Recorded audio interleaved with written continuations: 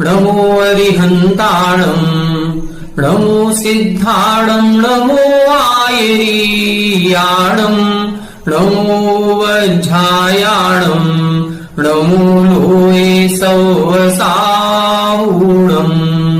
मोक्षमार्गस्य नेतारं वेत्तारं कर्मभूभृतां ज्ञातारं विश्वतत्त्वानां वंदे तत्गुणलब्धये।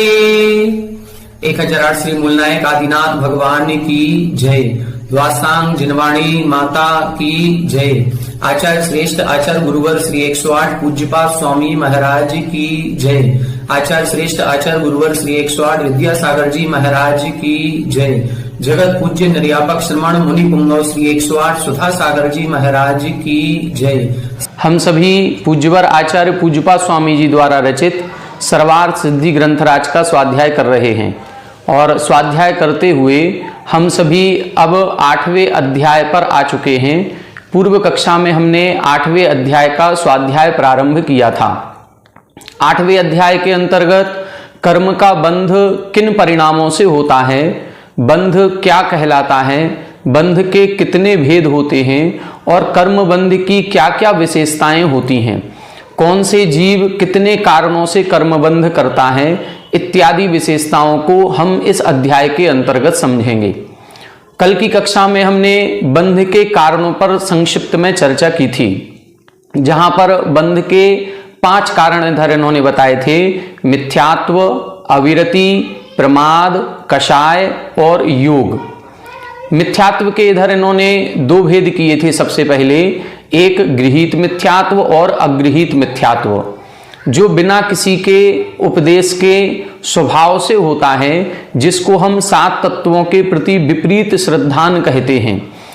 अपने इस शरीर को ही आत्मा मानना, शरीर की उत्पत्ति को आत्मा की उत्पत्ति और शरीर के मरण को आत्मा का मरण मानना, राग द्वेष आदि करते हुए उसी में सुख मानना, इत्यादि प्रकार से जो 6 ढालाकार पंडित दौलत राम जी हुए हैं, उन्होंने जो दूसरी ढाल में 7 तत्वों का विपरीत श्रद्धान लिखा है, उसको हम लोग जो अनादिकाल से करते आ रहे हैं, इसी को अगृहीत मिथ्यात्व कहते हैं। दूसरा गृहीत मिथ्यात्व बताया था, जिसमें उधर उन्होंने बताया था कि जो खोटे देव, खोटे शास्त्र और खोटे गुरुओं की सेवा शुश्रूषा करना है अथवा इनकी पूजा अर्चना करना है, इसको हम गृहीत मिथ्यात्व कहते हैं, क्योंकि ये किसी न किसी के द्वारा परोपदेश पूर्वक ही ग्रहण किया जाता है, इसलिए ये गृहीत मिथ्यात्व के अंतर्गत आता है। फिर मिथ्यात्व के इधर इन्होंने 4 भेद भी बताए थे: क्रियावादी, अक्रियावादी, वैनयिक और अज्ञानिक। ऐसे इन 4 भेदों के भी जब प्रभेद किए थे तो 363 भेद इनके हो जाते हैं। ये किसके भेद हैं? ये गृहीत मिथ्यात्व के ही भेद कहलाते हैं। मिथ्यात्व के अन्य प्रकार से भी 5 भेद किए थे: एकांत मिथ्यात्व, विपरीत मिथ्यात्व, संशय मिथ्यात्व, अज्ञान मिथ्यात्व और वैनयिक मिथ्यात्व। इनकी भी चर्चा पूर्व कक्षा में हमने संक्षेप में की थी। इसके बाद अब आज की कक्षा में हम अविरति, प्रमाद, कषाय और योग, इन पर विस्तार से चर्चा करेंगे। हालांकि संक्षेप में चर्चा इधर इन्होंने कर दी थी कि अविरति जो विरति ही है, उसका उल्टा या विपरीत होना ये अविरति कहलाती है। जो हिंसादि 5 पापों का त्याग करना ये विरति है और हिंसादि 5 पापों में प्रवृत्त होना ये अविरति कहलाती है। प्रमाद इन्होंने बताया था कुशलेषु अनादरः प्रमादः, जो अच्छे कार्य होते हैं उनमें अनादर या बहुमान का भाव नहीं होना, सम्मान का भाव नहीं होना, इसी को हम उत्साह नहीं होना, इसी को प्रमाद कहते हैं। योग हम सभी जानते ही हैं, मन वचन काय की प्रवृत्ति के द्वारा हमारे आत्म प्रदेशों में परिस्पंदन होना, ये योग कहलाता है। और क्रोध आदि परिणामों को हम कषाय कहते हैं। इन सब की चर्चा हम आचार्य महाराज के द्वारा भी पूर्व सूत्रों में की जा चुकी है और पूर्व कक्षा में भी इन्होंने संक्षेप में इसकी चर्चा की थी। अब आज आगे अपन देखेंगे 732 नंबर की उत्थान का पेज नंबर 292 पर 8वें अध्याय का प्रथम सूत्र। अब इधर बता रहे हैं अविरति ही द्वादश विधा। मिथ्यात्व की चर्चा कर दी, अब अविरति की चर्चा कर रहे हैं। अविरति कितने प्रकार की होती है? तो अविरति द्वादश विधा मतलब अविरति या असंयम 12 प्रकार का होता है। सठ काय सठ करण विषय भेदात, यहां लिखा सठ काय 12 प्रकार की अविरति कौन सी होती है? हम सभी ने संयम धर्म के बारे में सुना होगा। संयम 2 प्रकार का होता है, प्राणी संयम और इंद्रिय संयम। इसी प्रकार से असंयम भी 2 प्रकार का हो गया, प्राणी असंयम और इंद्रिय असंयम। प्राणियों के जब भेद करेंगे तो 6 प्रकार के भेद बनते हैं, पृथ्वी, जल, अग्नि, वायु और वनस्पति। ये 5 स्थावर कायक होते हैं और 1 तरस कायक होते हैं। ऐसे 6 प्रकार के काय वाले जीव हो गए और 5 प्रकार की इंद्रियां और 1 मन। तो 6 प्रकार के काय के जो जीव हैं इनकी हिंसा में प्रवृत्त होना ये प्राणी असंयम है, और 5 इंद्रिय मन को वश में नहीं करना ये 6 प्रकार का इंद्रिय असंयम कहलाता है। यदि हम इनका उल्टा करें, 6 काय के जीवों की हिंसा नहीं करेंगे तो हमारा प्राणी संयम हो जाएगा, और हम 5 इंद्रिय और मन को अपने बस में रखेंगे तो ये इंद्रिय संयम कहलाएगा। तो इधर इन्होंने लिखा सठ काय सठ करण विषय भेदात। सठ काय का मतलब वही 5 स्थावर कायक और 1 तरस कायक, ऐसे 6 काय के जीव हो गए। और सठ करण अर्थात 6 प्रकार की इंद्रियां, 5 स्पर्शन रसना घ्राण चक्षु कर्ण और 1 मन। इनके विषय भेद से ये 12 प्रकार की अविरति हो जाती है। मतलब 6 काय के जीवों की हिंसा करते रहना, उसमें प्रवृत्त होना, और 5 इंद्रिय मन को वश में नहीं करना, ये 12 प्रकार की अविरति है। षोडश कसाया नव नो कसाया तेसाम ईसद भेदो न भेद इति 25 कसाया। यहां बता रहे हैं कसाय कितनी होती हैं? कसाय तो 16 होती हैं, और नव नो कसाया और नो कसाय कहलाती हैं। नो कसाय का मतलब किंचित कसाय हैं, ईसत कसाय हैं। जैसा क्रोध मान माया लोभ का परिणाम होता है वैसा इन नव नो कसायों का नहीं होता, इसलिए इनको किंचित कसाय कहा जाता है। लेकिन किंचित कसाय होने पर ईसत भेदो, कुछ थोड़ा सा भेद होने पर भी न भेद इति, इनमें कोई विशेष भेद नहीं है, इसलिए 25 कसाया, इसलिए इन सबको कसाय के अंतर्गत रखते हैं और 25 कसाय कहते हैं। मतलब 9 कसाय को भी कसाय के अंतर्गत रख दिया और इसके अंतर्गत रखने से कसाय के 25 भेद हो जाते हैं। चत्वारो मनोयोगा चत्वारो वाग योगा पंच काय योगा इति त्रयोदश विकल्पो योगा।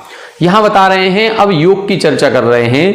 चत्वारो मनोयोगा, 4 मनोयोग होते हैं। चत्वारो वाग योगा, 4 वचन योग होते हैं। सत्य मनोयोग, असत्य मनोयोग, उभय मनोयोग, अनुभय मनोयोग। इसी प्रकार से वचन योग के भी 4 भेद होंगे, सत्य वचन योग, असत्य वचन योग, उभय वचन योग और अनुभय वचन योग। फिर काय योग के 7 भेद किए जाते हैं।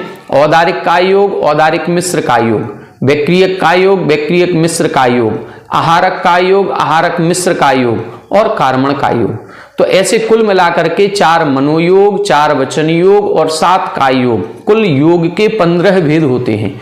वही इधर बता रहे हैं, चत्वारो मनोयोगा चत्वारो वाग योगा पंच काय योगा इति त्रयोदश विकल्पो योगा। इधर इन्होंने काय योग के 5 भेद बताए हैं और कुल योग के 13 भेद किए। 2 कौन से छोड़ दिए? आहारक और आहारक मिश्र को छोड़ दिया। क्यों छोड़ दिया? क्योंकि वो विशेष प्रकार के जीवों के होते हैं, सामान्य सभी जीवों के आहारक और आहारक मिश्र नहीं पाया जाता। इसलिए आगे लिख रहे हैं, आहारक काय योग आहारक मिश्र काय योग यो प्रमत्त संयते संभवात पंचदशापि भवन्ति। अब आगे इस लाइन में उन दोनों का ग्रहण किया कि आहारक काय योग और आहारक मिश्र काय योग, ये दोनों काय योग प्रमत्त संयते संभवात, मतलब 6वें गुण स्थानवर्ती मुनिराज के ही होते हैं, इसलिए पंचदशापि भवन्ति, ये विशेष प्रकार के मुनियों के ही होते हैं, सबके नहीं होते हैं, इसीलिए इनको अलग से ग्रहण किया। और इनको ग्रहण करने पर योग 15 प्रकार के भी होते हैं। प्रमादो अनेक विधा, प्रमाद के अनेक भेद होते हैं। वैसे प्रमाद के 15 भेद भी किए जाते हैं, जिसमें 4 कसाय होती हैं, 9 कसाय होती हैं, एक निद्रा और एक स्नेह। इस प्रकार से 15 भेद भी किए जाते हैं। इधर इन्होंने अनेक भेद कहे हैं। शुद्ध्यष्टक उत्तम क्षमा आदि विषय भेदात। ये कैसे? शुद्ध्यष्टक, शुद्धि अष्टक, 8 प्रकार की शुद्धि विशेष और 10 प्रकार के उत्तम क्षमा आदि जो 10 लक्षण धर्म होते हैं, उन धर्म के विषय भेद से इधर अनेक भेद इधर प्रमाद के कर दिए। तो 8 प्रकार की शुद्धि कौन सी कहलाती है? 5 प्रकार की समिति और 3 प्रकार की गुप्ती। तो 5 समिति और 3 गुप्ती, ये 8 प्रकार का मूल आचरण कहलाता है। इन मूल आचरण में अनुत्साह होना, उत्साह नहीं होना, अथवा आत्मा के जो 10 धर्म हैं, इन 10 धर्मों को प्राप्त करने के प्रति उत्साह भाव नहीं होना। जो उन्होंने लिखा था ना, कुशलेषु अनादरः प्रमादः। ये कुशल चीजें, कुशल का मतलब हमारे आत्मा के प्राप्त करने योग्य हैं, ये सद आचरण है, लेकिन इस सद आचरण के प्रति उत्साह भाव नहीं होना ही प्रमाद कहलाएगा। इसलिए मुख्य मूल आचरण है अष्ट प्रवचन मात्रिका का, जिसको हम शुद्ध अष्टक भी कहते हैं, जो 5 समिति और 3 गुप्ती रूप होता है। नीचे टिप्पण में देखेंगे, प्रमादो अनेक विधा में 7 नंबर लिखा है। तो नीचे 7 नंबर देखें, इधर लिखा है पंच समिति त्रिगुप्ती शुद्धि, मतलब 5 समिति और 3 गुप्ती रूप। आगे विषय भेदात के बाद 8 नंबर लिखा है। तो नीचे टिप्पण में देखेंगे, 8 नंबर में लिखा शुद्ध्यष्टकस्य अर्थः भाव काय विनय ईर्यापथ भिक्षा प्रतिष्ठापन शयनासन वाक्य शुद्धियो अष्टौ 10 लक्षणों धर्मश्च। ये 8 प्रकार की शुद्धि इधर इन्होंने लिखी है, जिसमें भाव शुद्धि, काय शुद्धि, विनय की शुद्धि, ईर्यापथ शुद्धि, भिक्षा की शुद्धि, प्रतिष्ठापन शुद्धि, शयनासन उठने बैठने की शुद्धि और वाक्य शुद्धि। कुल मिलाकर के यदि इनको भी 8 को देखेंगे तो वही 3 गुप्ती और 5 समिति रूप आचरण यहां पर भी प्रकट हो जाता है।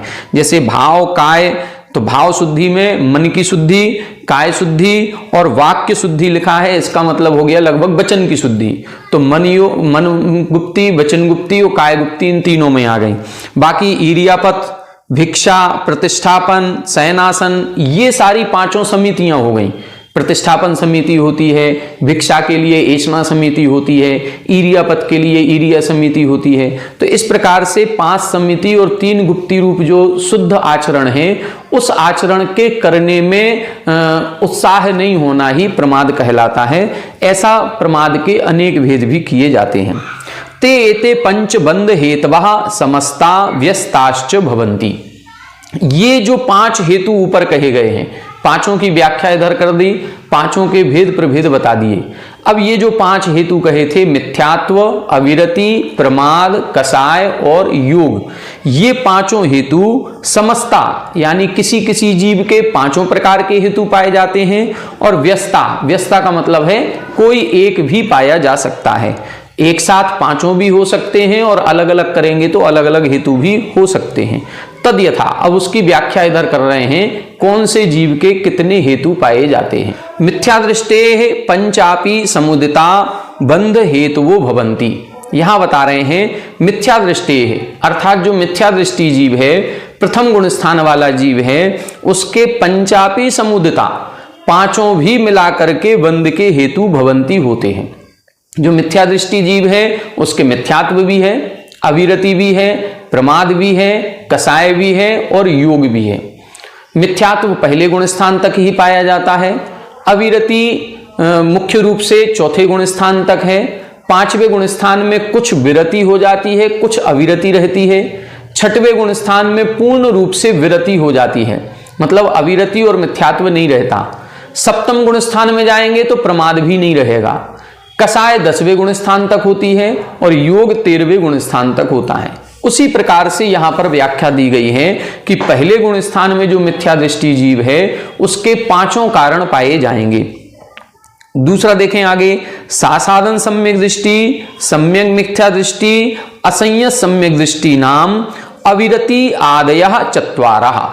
मतलब सासाधन सम्यक दृष्टि दूसरा गुण स्थान, सम्यक मिथ्या दृष्टि तीसरा गुण स्थान और असंयत सम्यक दृष्टि नाम मतलब चौथे गुण स्थान।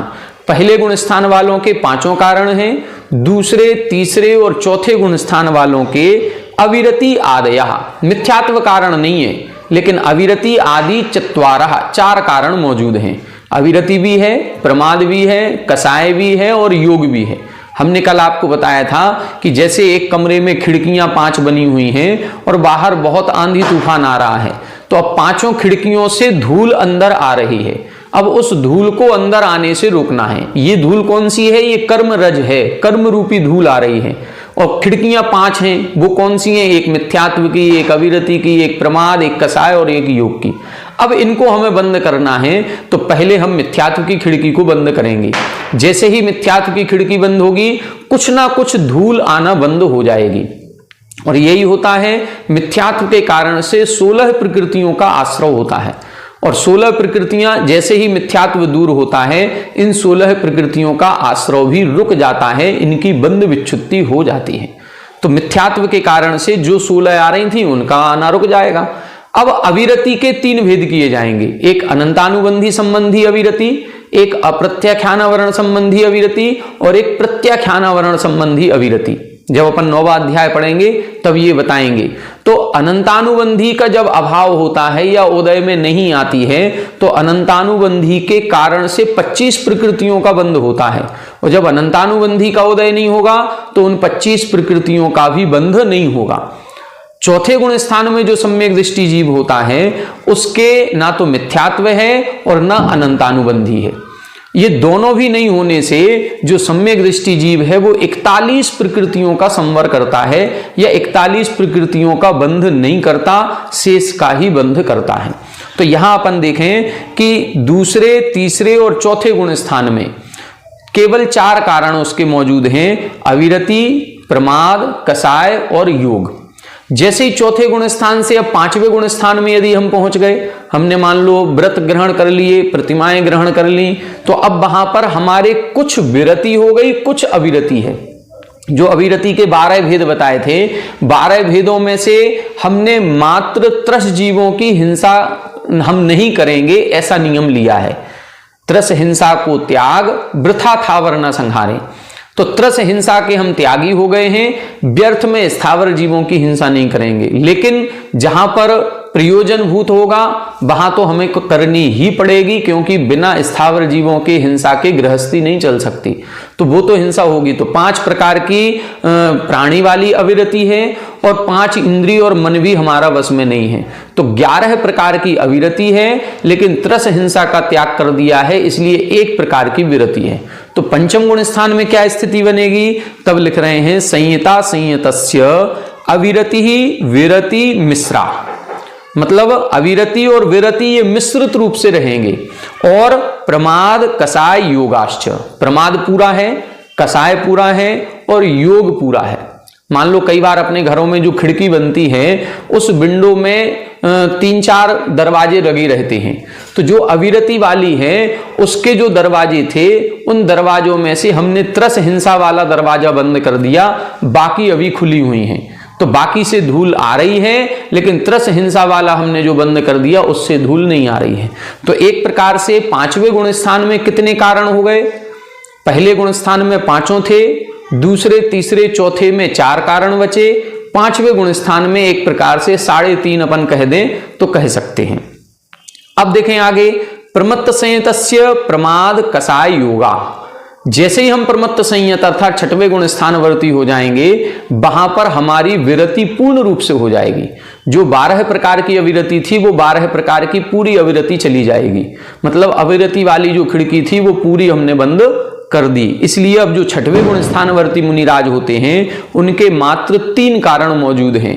एक प्रमाद से उनके कर्मों का आश्रय होगा, कसाय से होगा और योग से होगा। आगे देखें, अप्रमत्तादीनाम चतुर्नाम योग कसायो। अब 7वें गुण स्थान से लेकर के चतुर्नाम 4 और आगे गुण स्थान, मतलब 7वां, 8वां, 9वां और 10वां, इन 4 गुण स्थानों में केवल 2 कारण मौजूद हैं। क्योंकि अप्रमत्त व्रत हो गया, प्रमाद भी चला गया। मिथ्यात्व चला गया था, अविरति चली गई, अब तो प्रमाद भी चला गया। तो 7वें, 8वें, 9वें और 10वें गुण स्थान में केवल 2 कारणों से बंध होता है, योग और कसायऊ यानी कसाय से। योग 13वें गुण स्थान तक है, कसाय 10वें तक है, इसलिए 7वें, 8वें, 9वें और 10वें इन गुण स्थानों में इन 2 कारणों से कर्मों का बंध होता है। उपशांत कसाय, क्षीण कसाय, संयोग केवली नाम एक एव योगः। उपशांत कसाय यानी 11वां गुण स्थान, क्षीण कसाय यानी 12वां गुण स्थान और संयोग केवली नाम मतलब 13वें गुण स्थान में। तो 11वें, 12वें और 13वें गुण स्थान में एक एव केवल एक ही कारण मौजूद है, वो है योगः, योग। कसाय 10वें गुण स्थान तक रहती है और 10वें गुण स्थान से ऊपर जाते ही कसाय भी चली गई। तो मिथ्यात्व के कारण से भी बंध नहीं हो रहा, अविरति के कारण से भी नहीं हो रहा, प्रमाद के कारण से भी नहीं हो रहा और अब कसाय भी चली गई, कसाय के कारण से भी बंध नहीं है। मात्र एक कारण है योग। और जैसे ही 14वें गुण स्थान में जाएंगे, अयोग केवलिनो न बंध हेतु, जो अयोग केवली हैं 14वें गुण स्थान में उनके बंध का एक भी हेतु नहीं है, इसलिए वहां बंध भी नहीं होता है। तो बंध कहां तक है? 13वें गुण स्थान तक है, 14वें गुण स्थान में किसी भी कर्म प्रकृति का बंध नहीं होता है। आगे देखें 733 नंबर, उक्ता बंध हेतवः, बंध के हेतु बता दिए। इदानीम बंधो वक्तव्य इतियत आह, अब यहां पर बंध का स्वरूप बताना चाहिए। बंध किसे कहते हैं, बंध किस कारण से होता है ये तो बता दिया कि बंध मिथ्यात्व से है, प्रमाद से है, कसाय से है, योग से है, अविरति से है। इनके गुणस्थान बता दिए किस जीव के कितने कारणों से होगा, लेकिन बंध कहते किसे हैं उस बंध की परिभाषा अब इधर बता रहे हैं। देखें सूत्र नंबर 2, सकषायत्वात् जीवः कर्मणो योग्यान पुद्गला नादत्ते स बंधः। सकषायत्वात् जीवः कर्मणो योग्यान पुद्गला नादत्ते स बंधः। यहां बता रहे हैं सकषायत्वात्, जीवः लिखा है तो जीव के कारण से, जा शब्द के कारण से ता का भी जा बन गया। जैसे अपन बोलते हैं सज्जन, तो वहां पर शब्द है सत जन, लेकिन जन शब्द का जो जा है उस जा के कारण से ता का भी जा बन जाता है, इसलिए सज्जन हो गया। इसी प्रकार से यहां पर भी एक संधि हुई है और यहां मूल शब्द है सकषायत्वात् जीवः कर्मणो योग्यान पुद्गलान आदत्ते स बंधः। इसका सामान्य से अर्थ जब लगाएंगे तो ये निकलेगा सकषायत्वात् जीवः, जो जीव कसाय सहित है, जो जीव कसाय सहित है उस कसाय सहित जीव के कसाय सहित होने के कारण से, कारण क्या बनेगा? कसाय सहित होना। तो कसाय सहित होने के कारण से वह जीव कर्मणः योग्यान, कर्म के योग्य पुद्गलान आदत्ते, पुद्गलों को ग्रहण करता है। कर्म के योग्य पुद्गल स्कंधों का जो ग्रहण करता है स बंधः, उसी को बंध कहते हैं। बंध किसे कह रहे हैं? जैसे ही हम कसाय सहित हुए, कसाय सहित होते ही योग तो हमारा चल ही रहा है, तो कसाय सहित होते ही वह जो धूल अंदर आ रही थी वह आकर के चिपक गई। कसाय बोलते हैं श्लेष को, जो चिपकाने का काम करती है। जैसे हमने बताया कि हमने यदि कोई क्रीम लगाई हुई है या कोई तेल वगैरह लगाया हुआ है और यदि हम बाहर निकलेंगे तो जो धूल उड़ेगी वो धूल हमारे शरीर पर चिपकेगी। जितना ज्यादा हमारा तेल लगा होगा उतनी ज्यादा धूल चिपकेगी और उतने लंबे समय तक चिपकेगी। तेल के कारण से वो एक संबंध बन रहा है, वो प्रगाढ़ बन रहा है। यदि तेल नहीं होगा, हमारे में चिपकाने की कोई शक्ति नहीं होगी, तो धूल कितनी भी उड़ती रहे धूल आएगी और नीचे गिर जाएगी। एक सूखी दीवार पर हम रेत लें और रेत लेकर के दीवार पर फेंकें तो वह दीवार पर रेत लगेगी लेकिन वह रेत पूरी नीचे गिर जाएगी। और यदि उस दीवार पर कोई तेल वगैरह लगा हुआ है, फिर हम धूल फेंकेंगे, रेत फेंकेंगे, तो रेत जो दीवार में टकराएगी वो उस तेल के कारण से उस दीवार से चिपक जाएगी। और जितना ज्यादा गाढ़ा तेल लगा होगा उतनी ज्यादा देर तक वो चिपकी रहेगी। तो इस कसाय के कारण से ही जीव कर्म के योग्य पुद्गलों को ग्रहण करता है। ये जो तीनों लोक हैं, इन तीनों लोकों में 23 प्रकार की पौद्गलिक वर्गणाएं भरी पड़ी हैं। तो इन 23 प्रकार की वर्गणाओं में एक प्रकार की वर्गणा होती है जिसको हम बोलते हैं कार्मण वर्गणा। ये जो कार्मण वर्गणा है, जैसे ही हम कसाय करते हैं, जैसे ही हम मन वचन काय की कोई प्रवृत्ति करते हैं, तुरंत ही वह कार्मण वर्गणा हमारे कर्म रूप से परिवर्तित हो जाती है और आत्मा से बंध को प्राप्त हो जाती है। ये जितना 3 लोक है, इन 3 लोक में भी कार्मण वर्गणा भरी पड़ी है। और जो हमारा ये जो आत्मा है, इस आत्मा के एक एक प्रदेश पर भी कार्मण वर्गणा चिपकी हुई है, लगी हुई है, चिपकी नहीं है, अभी लगी हुई है, बैठी हुई है। वो अभी कार्मण वर्गणा है, वो कर्म रूप से नहीं हुई। जैसे ही हम करेंगे, क्या कसाय भाव करेंगे, वैसे ही वह कार्मण वर्गणा तुरंत उसी समय कर्म रूप से परिणत हो जाएगी। हमें कहीं दूर से बहुत दूर से उन कार्मण वर्गणा को नहीं खींचना पड़ता है, हमारे आत्मा के प्रदेशों पर ही अनंतानंत कार्मण वर्गणाओं का पुद्गल स्कंद पहले से बैठा हुआ है। इसको हम बोलते हैं विस्र सोपचय। आगम में यह शब्द प्राप्त होता है विस्र सोपचय। विस्र सोपचय उससे कहते हैं जो कार्मण वर्गणा अगले ही समय कर्म बंध रूप से परिणत हो जाएगी, कर्म रूप पने को जो प्राप्त हो जाएगी, ऐसे पुद्गल स्कंधों को विस्र सोपचय कहते हैं। उम्मीदवार, उम्मीदवार का मतलब जैसे टिकट विंडो है और अभी वो क्लोज है, बंद है, लेकिन हमने लाइन लगा करके खड़े हो गए, तो सबसे पहले कौन खड़ा है? जो व्यक्ति सबसे पहले खड़ा है, जैसे ही विंडो ओपन होगी सबसे पहले टिकट उसको ही मिलेगी। बस इसी प्रकार से कार्मण वर्गणा भी लाइन लगा करके खड़ी हुई है। हमारे आत्मा के प्रदेशों पर भी कार्मण वर्गणा है। जैसे ही हम कसाय करेंगे, हमारा कसाय करना होगा और वहां पर वो कार्मण वर्गणा कर्म रूप से परिणत हो जाएगी। तो कसाय सहित होने के कारण से ही ये कार्मण वर्गणा कर्म रूप से परिणत होती है। और जैसे ही कार्मण वर्गणा कर्म रूप से परिणत हुई है, तो जिन पुद्गल स्कंधों को हमने ग्रहण किया और आत्मा से एक में एक संबंध हुआ, उसी संबंध को बंध कहते हैं। सकसायत्वात्, कसाय सहित होने से जीवः, यह जीव कर्मणो योग्यान, कर्म के योग्य पुद्गलान, पुद्गल स्कंधों को आदत्ते यानी ग्रहण करता है, सबंधः, उसी को बंध कहते हैं। अब यहां क्या बता रहे हैं? कर्मणः योग्यान, ये यहां जो कर्म शब्द दिया है कर्मणः, ये कर्मणः शब्द जब संस्कृत में अपन इसके रूप बनाएंगे तो मूल शब्द है कर्मन, और कर्मन शब्द के जब 7वें विभक्ति में रूप बनेंगे तो कर्मणः शब्द पंचमी में भी बनता है और षष्ठी विभक्ति में भी बनता है। पंचमी विभक्ति में जब रूप बनेगा तो उस कर्मणः शब्द का अर्थ होगा कारण वाला, हेतुपरक, कि कर्म के कारण से, कर्म के कारण से जीव कसायवान हुआ और कसायवान होने पर यह पुद्गलों को ग्रहण करता है। तो एक अर्थ तो इसका ये निकलेगा। दूसरा अर्थ इस कर्मणः शब्द का निकलेगा, यदि हम षष्ठी विभक्ति वाला कर्मणः लगाएंगे तो देखो, सूत्र तो आचार्य उमा स्वामी जी ने बना दिया, लेकिन जब टीका की तो आचार्य पूज्यपाद स्वामी जी ने की। अब पूज्यपाद स्वामी जी ये नहीं समझ पा रहे हैं कि कर्मणः शब्द पंचमी विभक्ति वाला है कि षष्ठी विभक्ति वाला है, तब उन्होंने दोनों प्रकार से इस टीका में अर्थ किया।